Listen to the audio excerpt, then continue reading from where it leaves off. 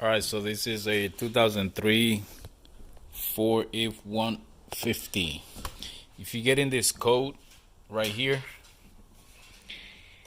it doesn't matter if it's from all the way from the last number P03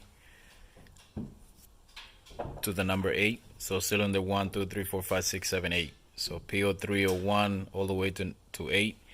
This is going to be your fix. But only if you get in this code with this other code. So they got to be combined together. You got to have this, at least this code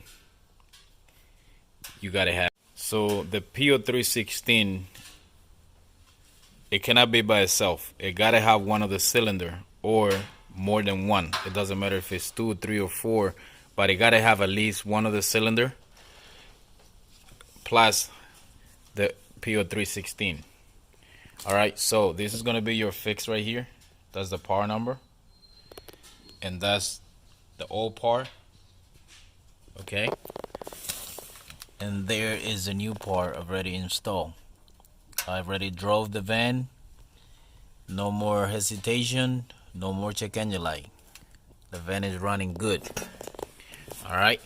So I hope this video helped you fix your own problem.